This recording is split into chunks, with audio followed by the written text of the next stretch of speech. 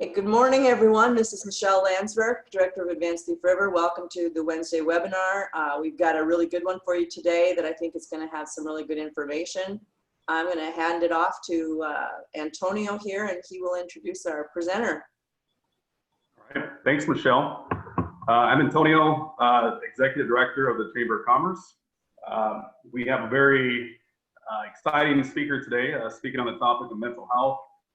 Tim Denney, he actually spoke at our manufacturers luncheon last year. A little bit about him. He works for Level 5 Services, and he provides training to organizations, businesses, and communities, and provides various levels of training on mental health, leadership development, faith-based topics, personal and operational security training, and cultural responsive services. So we're very excited to have him today, and he's going to be presenting on caring for self and staff in a pandemic. Such an important topic, especially during this time when some people are at home and there's high levels of stress. So Tim, thank you for joining us. I'll give it off to you. All right. So our mission today is to talk about caring for self and caring for our staff people, the employees in the enterprise during difficult times. So to do that, we need to transfer the host job to me. Has that been done? Okay, so I'm not able to share. Michelle, are you able to? Yeah, I just had to unmute myself. Yes, you are the host now, Tim. Okay, so we're gonna see what happens when we share the screen here.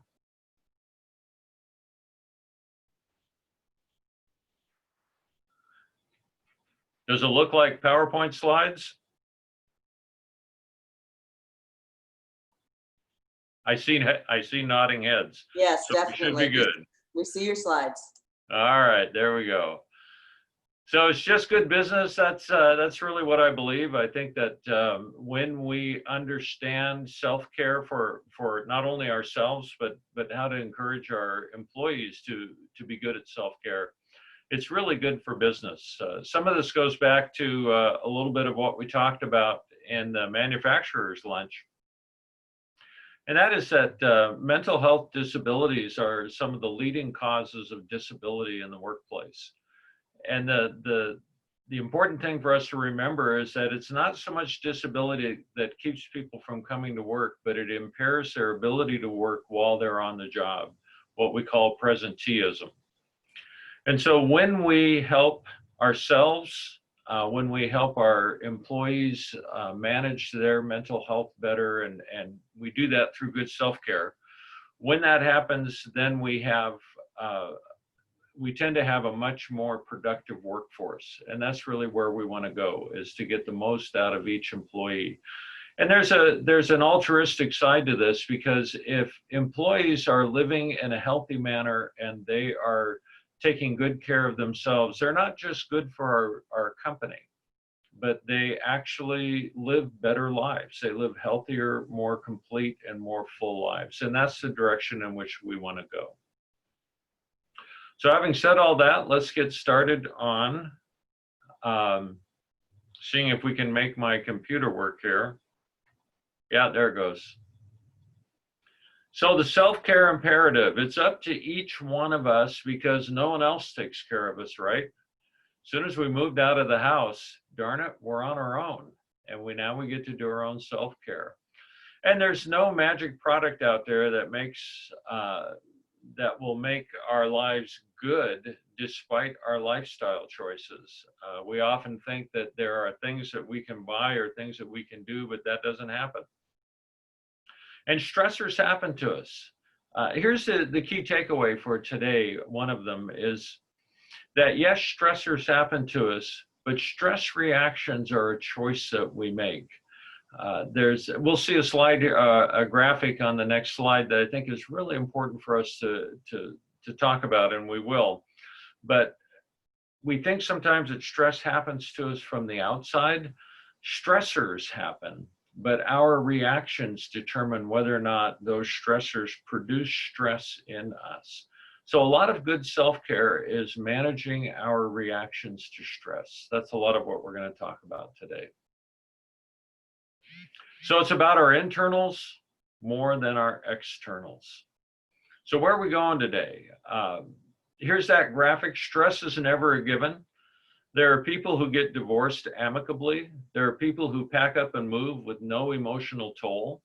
There is no stressor out there in the world. We experience stress or we don't, depending upon what we believe. And this goes back to the work of Albert Ellis, a famous psychologist and researcher who basically said that A plus B equals C. In other words, A, the events that happen external to us, plus B, our beliefs, equals C, the level of stress that we have. And what's the one thing that we can manage in there? It's our beliefs. So we want to think in terms of good self-care is a way of managing our beliefs, but it's also a way of preparing ourselves so that our beliefs are based upon confidence and strength. So we're going to work on that a little bit today. It's important to the enterprise that not just the owner or the manager or the boss is practicing effective self-care, but that all employees do that. And if we wait till trouble comes to begin to practice self-care, it's much less effective. It's sort of like waiting for the tire to go flat before we decide to get the tire repaired. It's just so much easier if we do it in advance. So when we practice self-care as sort of a habit, when we help our employees to practice it as a daily habit, when the difficult times come, we're more or less ready for them. This is something that I've learned in my own life, and many of the self-care principles about which we're going to be talking today are things that I've implemented in my own life. In fact, most of them are. And I implement them on a daily basis, on a weekly basis, not just when there's difficulty. I think that's very important for us as we move forward. So what are the warning signs when we're getting too much stress in our lives? The warning signs are pretty obvious for us. One of the first ones that people begin to talk about are sleep difficulties. They either sleep too little or because they have difficulty getting out of bed, it's too hard to face the stress of the day. Or for most of us, that means that we're laying awake at night thinking through our problems. It interferes with our sleep. Our stress reactions can interfere with our ability to concentrate, to learn, to remember, to do all kinds of things that are important to us. Hey, I forgot to mention something, and that is that I've enabled the chat. And if you would like to ask something as we go along, I know most of you are muted, so if any of you would like to ask a question as we go, you can send that over on the chat and we will deal with it as it comes in. So I'll try to keep an eye on the chat as we go. So we have difficulty concentrating that adds to our sleep difficulties. We may have difficulty learning or remembering. I don't know if any of you have noticed that when the stress is on, you walk into a room and you think, why did I come in here?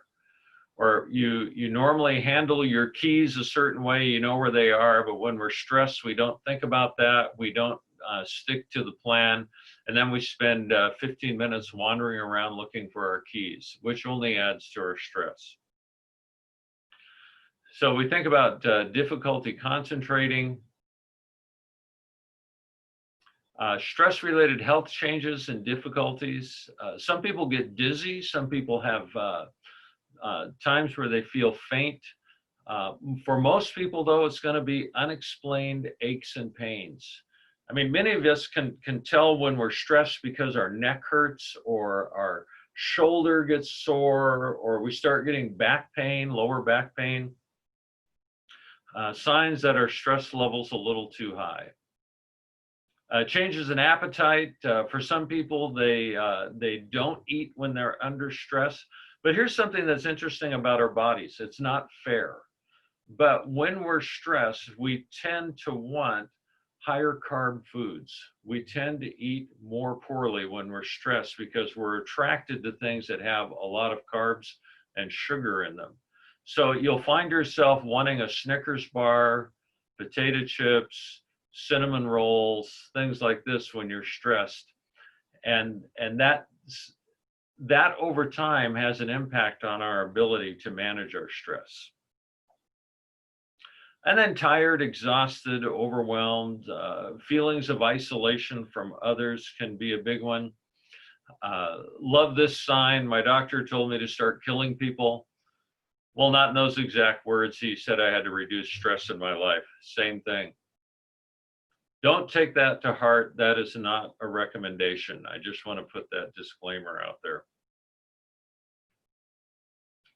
Other warning signs we can pay attention to: loss of interest in important things, indifference or apathy may set in, which makes it harder to get our work done. Being overreactive emotionally, we get a high startle response, or little things set us off.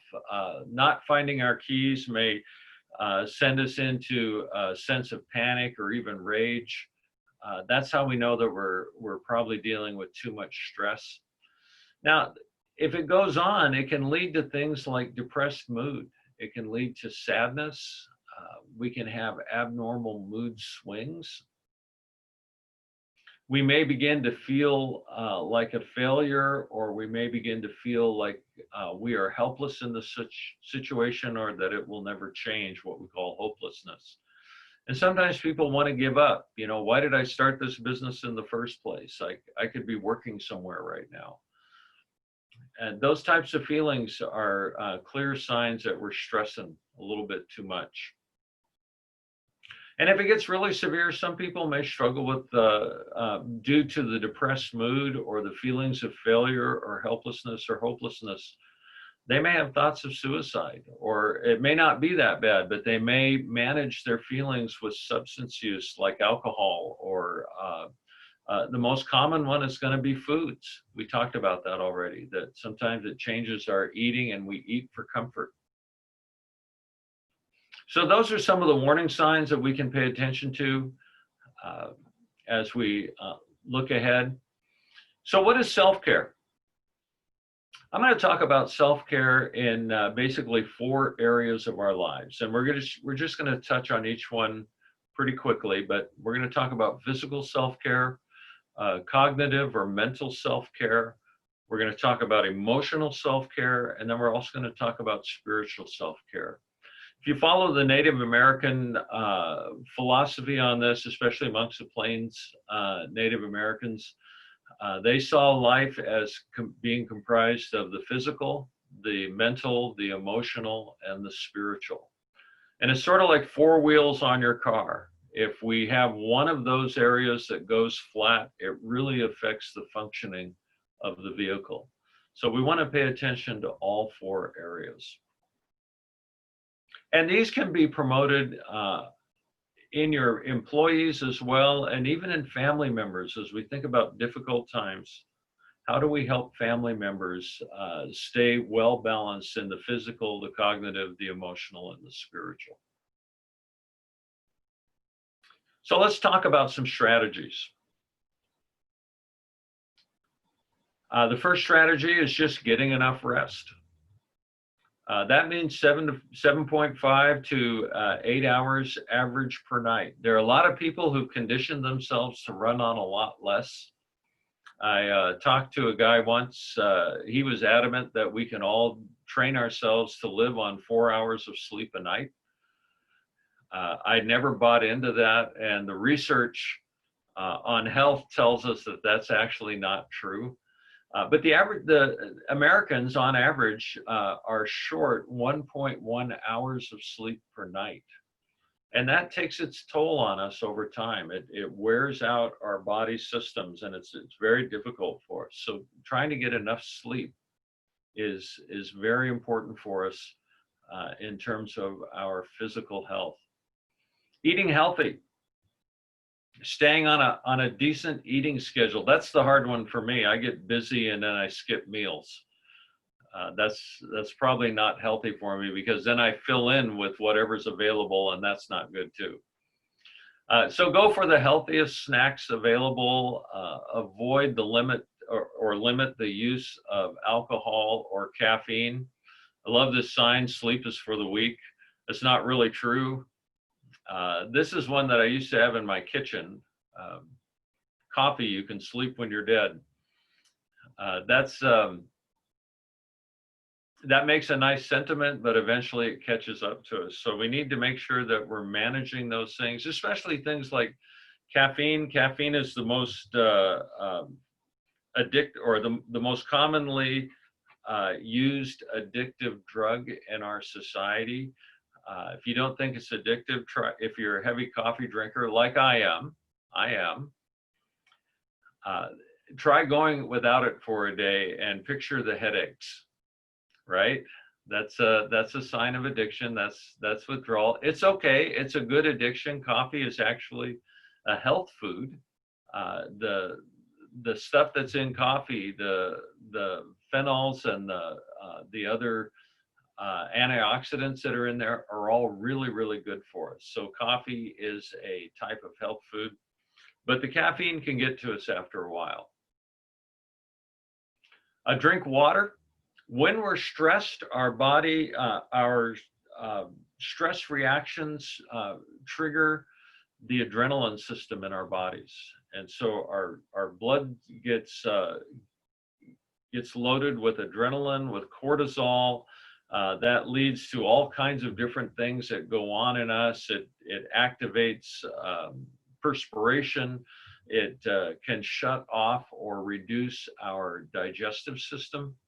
Does all kinds of things to us, but those chemicals build up in the blood. The more water we drink, the more it helps flush those chemicals from our system. And that is good for us in terms of mood, in terms of hunger. But here's a big one, in terms of sleep. When we're adrenalized, it's hard to sleep. So when we do a disaster response work, this is an area that I work in, emergency response. One of the things we do with disaster responders or disaster victims is we give them water, first thing out of the crate. And we constantly keep handing them water, because they do better the more water they drink.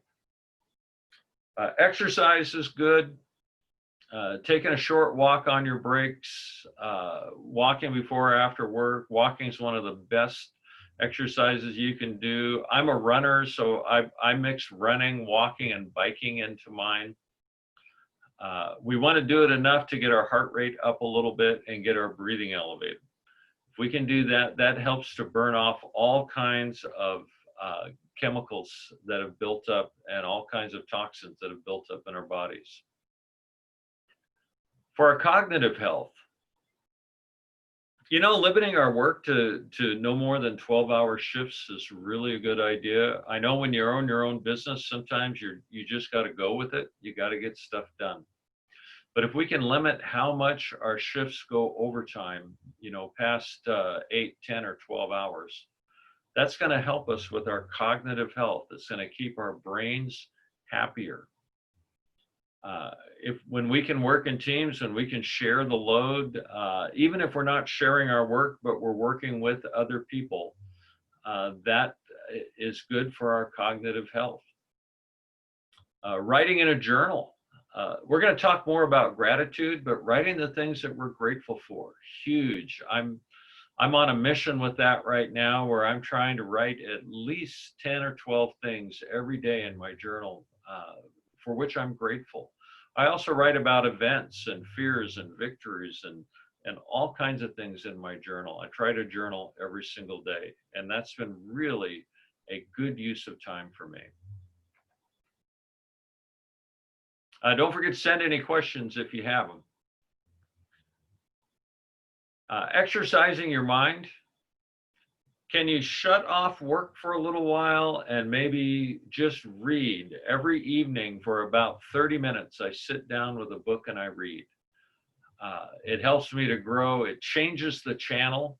It gets me off of whatever might be stressing me and puts me into a different frame of mind. Learning new things, learning new skills, anything that stimulates new thinking actually helps us reduce our stress load. And then keeping a healthy routine. For me, that's getting up early. I set goals for the day. I'm a list maker. Probably many of you are list makers. You live and die by your list. Keeping that routine going, setting those goals, staying connected with people, making sure that maybe every day you just check in with somebody. It's good for us to do that. For me, one is to keep cleaning. When I get busy, stuff starts to pile up. And I don't do well with that. So I love clean, flat surfaces. So the more stressful my time, the more likely I am to spend 5 or 10 minutes in one space of my house and just getting it cleaned up. And that I can feel my stress level going down when I do that. When I do training on stress management for people, one of the questions I'll ask in the room often is, how many of you, when you're really feeling stressed, you just have to go clean off all the flat spaces like in your kitchen? And it's amazing how many hands go up. Emotional health is also an important area, so we want to pay attention to that. And let's talk a little bit about gratitude. So gratitude's a new health food. It's, as this sign says, it's one of the most medicinal emotions we can feel. It elevates our moods and fills us with joy. We also know that some of the health benefits from gratitude is it reduces stress. When we're grateful, symptoms of anxiety, stress, and depression tend to moderate. So expressing gratitude is huge. This is why I journal gratitude. If you are interested in reading more about that, there's a couple of books out there. One of them is called The Gratitude Jar. It's a short little book, like those little square coffee table books. And it tells about a woman's journey from being in a high stress lifestyle due to things that happened to her and her work and being a single mom. And how, just in passing, a counselor of hers encouraged her to keep a jar in which she and her child could place little scraps of paper that talked about what they were grateful for every day. And so they did that, and then every once in a while they'd pull those things out and read about them. And she goes on to write in this short little book about how that changed so much in her life. The other book, if you, particularly if you are a person who reads faith-based books, great book. I just finished reading it about 2 weeks ago. It's from a writer named Ann Voskamp, and the title of the book is 1,000 Gifts. It was published in 2012, and it's still in hardcover. So it is one of those books that that is selling extremely well. And I found it to be a very useful book. So practice gratitude, manage your media, limit screen time, and especially the news cycle. Back when I was in college, I wasn't getting my homework done, and that was affecting everything. But I was getting a lot of TV time in. And so I tossed my TV. I decided it's more important to graduate than it is to have TV. So I got rid of my TV, and I never went back. So I've lived since college without a television. And it has been such a freeing thing. Now, I'm not telling you have to get rid of your TV like I did. That was sort of an extreme thing. But what I found is it has freed up space in my life. Limiting screen time frees up space for all kinds of healthy and productive and restorative things. So think about that. How much, look for strategies for limiting screen time. By the way, a really handy thing to do if the screen really attracts you, I shut off all of my notifications. So suddenly I'm not lost in Pinterest 2 hours a day, or I'm not over on Facebook for like 90 minutes at a time, because I shut off the notifications. It made a huge difference. Make an escape, even if it's for a short period of time. Get out into a green space. My dog loves my stress management strategies because it means a leash and a walk along the dike. And he just loves that. So getting into a green space, getting moving, finding things that are non-stressful to do, find things that are life-giving, all of that, really good strategies. And then this one's really important. Do you have someone with whom you can debrief your emotions? They have to be trusted, because you're going to talk about your feelings and you're going to talk about your experiences. You don't want to see those in the paper or on Facebook on someone else's page. So it's got to be a trusted person. But to be able to debrief and to talk about your emotions, and if somebody comes to you for that debriefing, you don't want to try to fix the problem. You just want to listen and let them hear. And then there's breathing and relaxation techniques that you can pay attention to. A lot of people use yoga. I don't know if you've ever seen this, but this does not look relaxing to me. This looks like it would take 2 men and a small boy to get me into that position. However, there are other ways that you can obtain that position. This is the Minnesota form of yoga. So,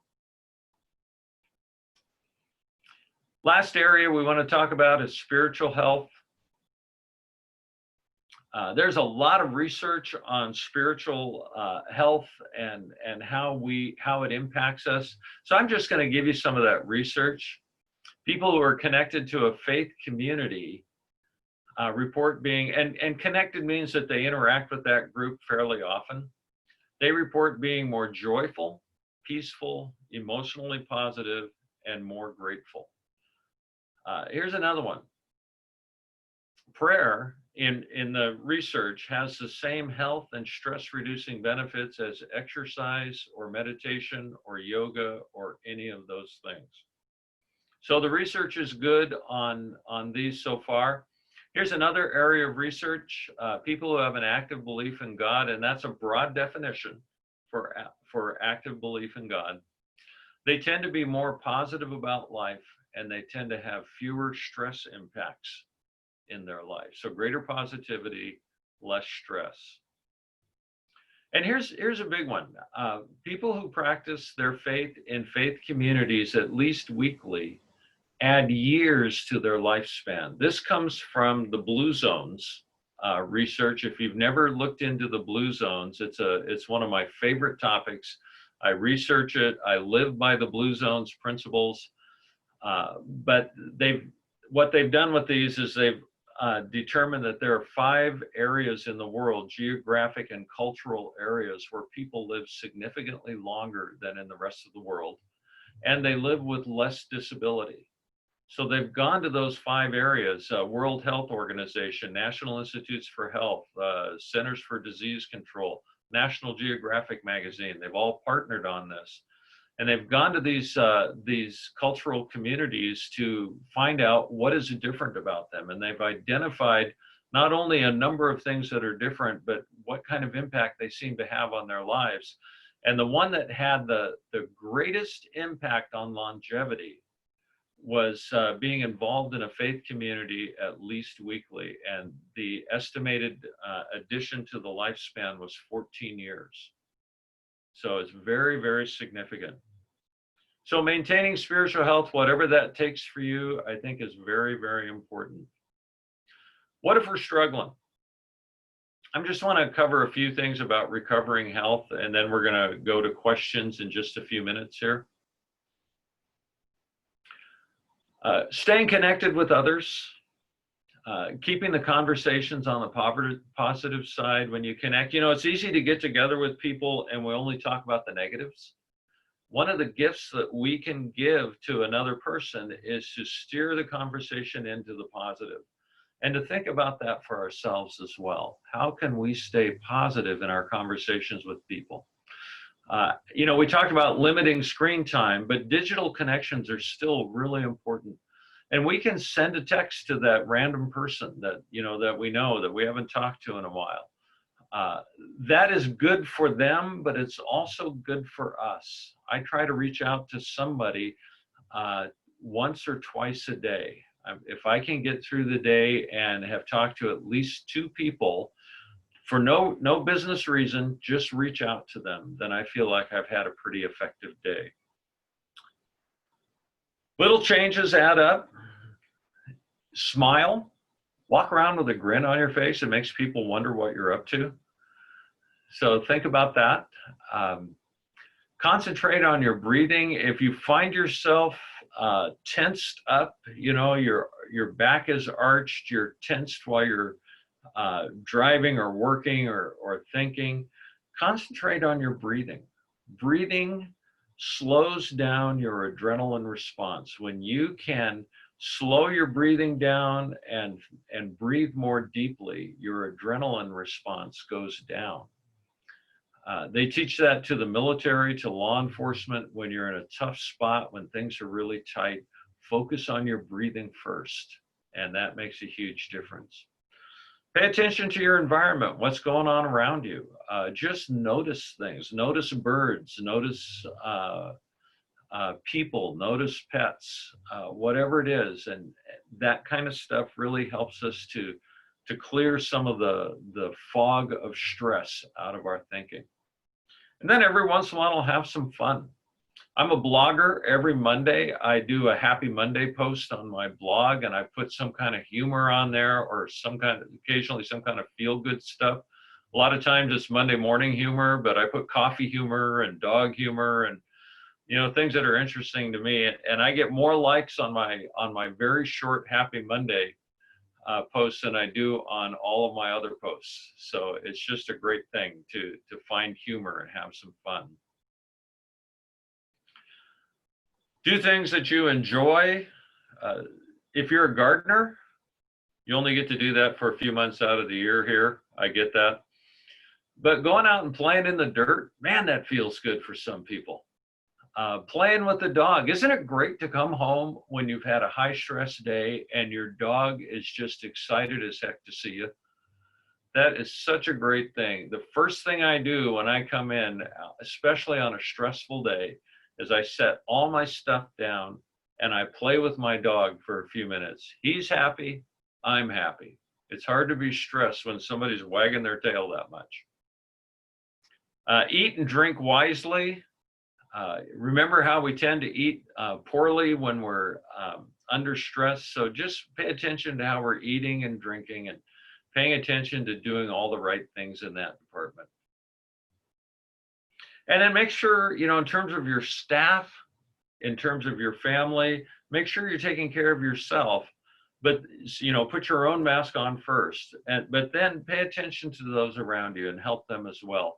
Everything we've talked about in terms of healthcare and recovery, these can be shared with your staff and you can encourage them. You can use them when you're talking to staff.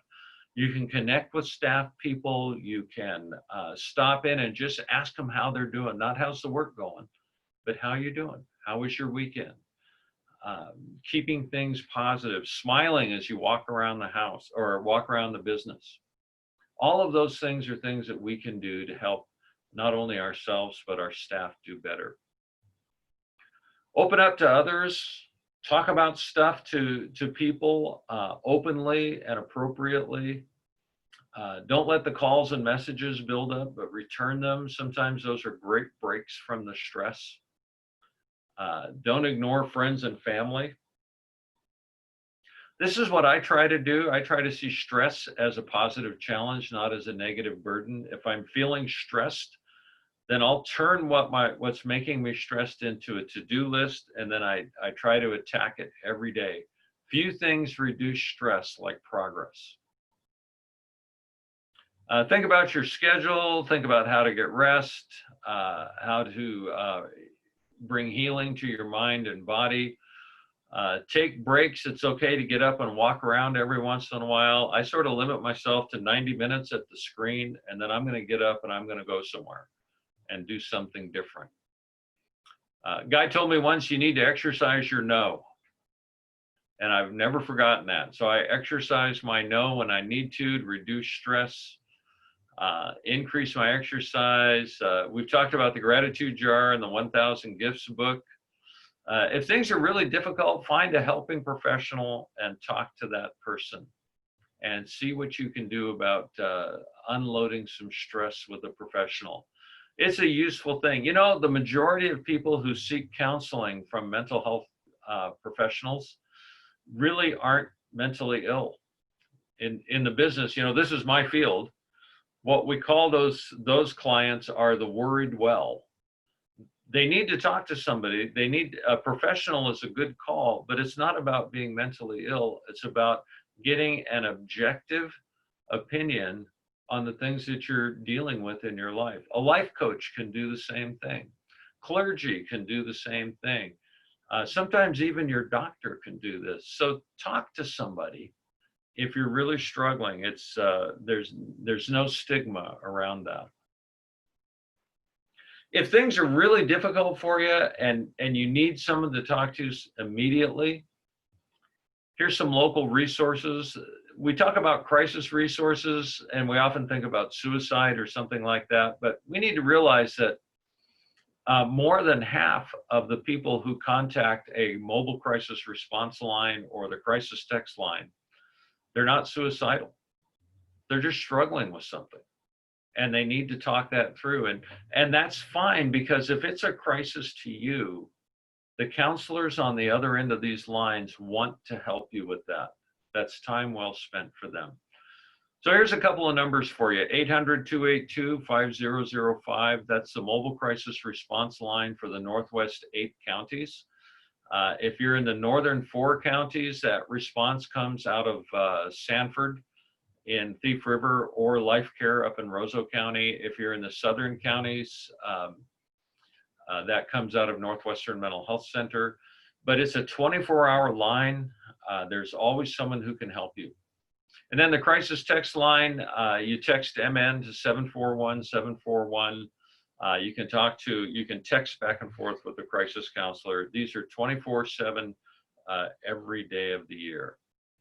There's more in your notes, but I'd like to open it up for questions right now to see if we have any. If not, we'll go on and cover more material. But does anyone have any questions? You can either unmute and ask the questions, or you can send them through on the chat. Either way, we'll deal with them.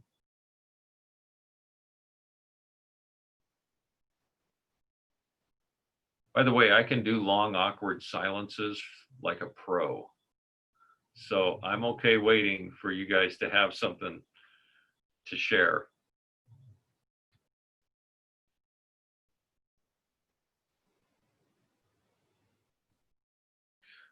This is sort of like drinking from a fire hose. When you have 30 minutes to cover this amount of material, it's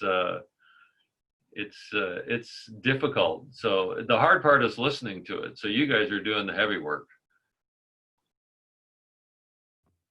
While you're thinking about questions, let's talk about some office-based strategies. You guys have an EAP program in your business. If you have that, let people know about it and encourage its use. It's something that you have that is actually incredibly useful when people will use that. So if they're really struggling right now, encourage the use of the EAP. Sometimes groups will bring in a mental health provider to speak. I know in law enforcement, they have a term, it's called a checkup from the neck up. And they actually have a counselor that comes in about every 2 years and talks to every officer. So they're just rolling through the officer, the team of officers sort of on a regular basis. And it's proven to be really, really useful. They can also talk about self-care and well-being to your group. This is one that's getting a lot of press right now. In fact, I put a link in your notes to a University of Minnesota. They're one of the leading researchers in this area. and you can read what they found on it. But this whole idea of a battle buddy, when things are tough, if you have somebody that's got your back, that's looking out for you, that is such a useful thing. So encourage the sort of the organic development of battle buddies. If we assign them, they don't work as well. But if we let people self-select and then just give them reminders from time to time on good battle buddy strategies, which you will find in the article that I sent to you. A lot of groups have gone to this. This is a Walmart strategy, actually, to initiate daily huddles with teams to share pertinent information and encouragements and positive milestones, to celebrate victories. They do this on a regular basis at Marvin Windows. I've been on the floor there and watch them as they start a shift. People get together and they talk in their cells. And the cell leader does all of these things, information, encouragement, milestones, and celebrations. And it starts their shift off really, really positively. I got a question in. It says, what recommendations do you have to relieve or avoid stress and getting burned out? Besides taking breaks from the screen every 50 to 90 minutes. So this is from a person who missed a chunk because they had to go take a call. Going back through what we talked about, and it's in the notes there, but as you think about some preventive things around the getting rest and getting exercise and doing that kind of thing, but in the moment,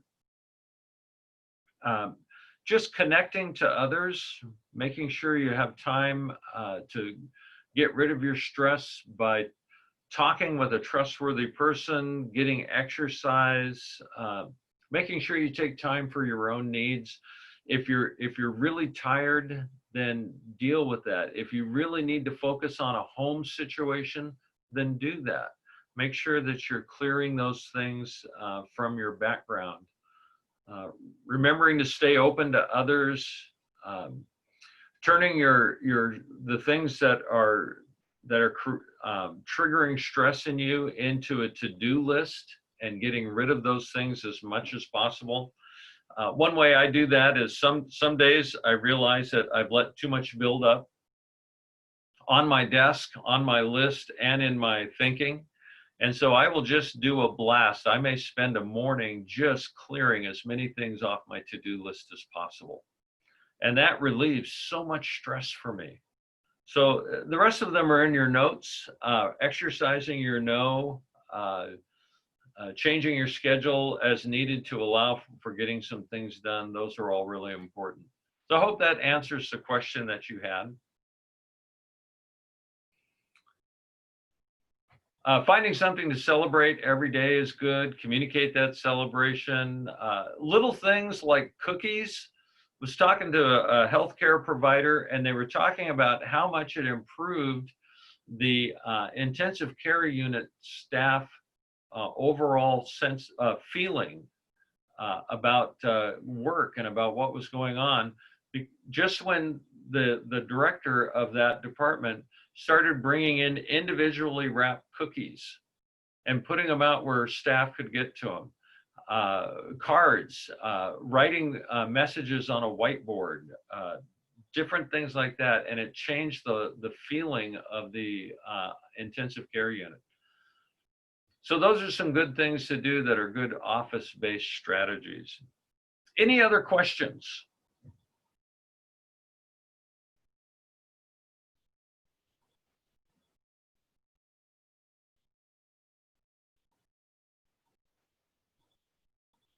Here's that long silence.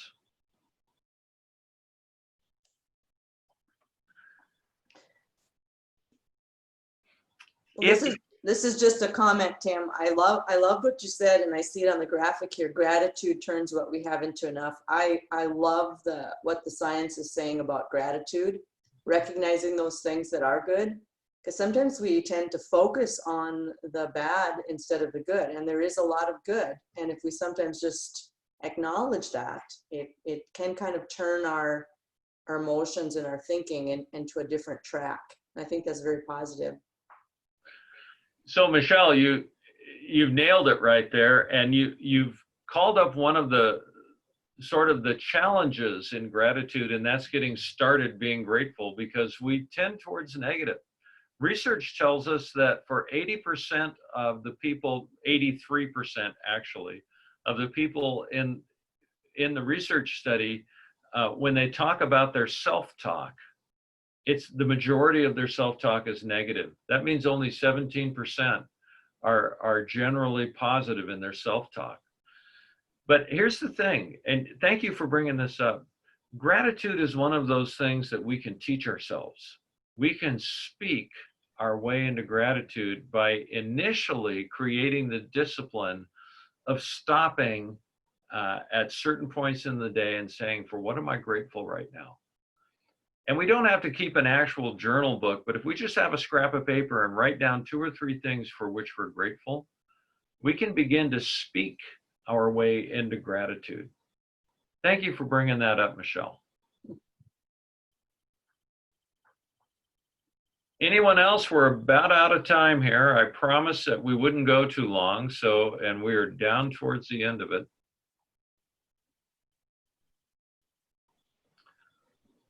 Well, you all have been model prisoners. I just appreciate that. You're digital prisoners. But I appreciate the opportunity to talk to you about this. Again, we had to cover a lot of ground today, but that's why I sent you the notes, so that you have some visual reminders to help you as you go home and implement this. And I wish you well. These are tough times, but running a business is sort of always stressful. You know, this is the second business that I've run in my life, well, the third actually.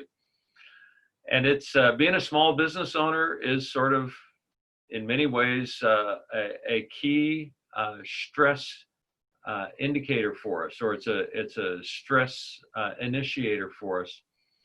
But again, how we respond to those things can make or break. So remember that it's not what happens to us, but how we respond to it that is the most important thing. Thank you, Laura, for the comment. And thank you all for being a great audience. I'm going to turn it back to either Antonio or Michelle, probably Michelle. You can have the helm again. Okay. Well, Tim, we really, really thank you so much for hopping on with us this morning. And thanks, Antonio, for lining this up with Tim. This was fantastic information. It's just what we all need, I think, right now. And just a reminder that the notes that Tim was referring to, Antonio posted those in the Facebook group yesterday. If you're on this webinar and you're not part of the Facebook group, we'd love to get you connected. Just reach out to Antonio, Laura, or myself, and we'll help you get connected. But so refer to those notes. And again, we're thankful that you could all hop on with us, and stay tuned. We'll be putting our heads together for next week's webinar as well. So everybody have a great day. Thank you. Thanks, Tim. Thank you. All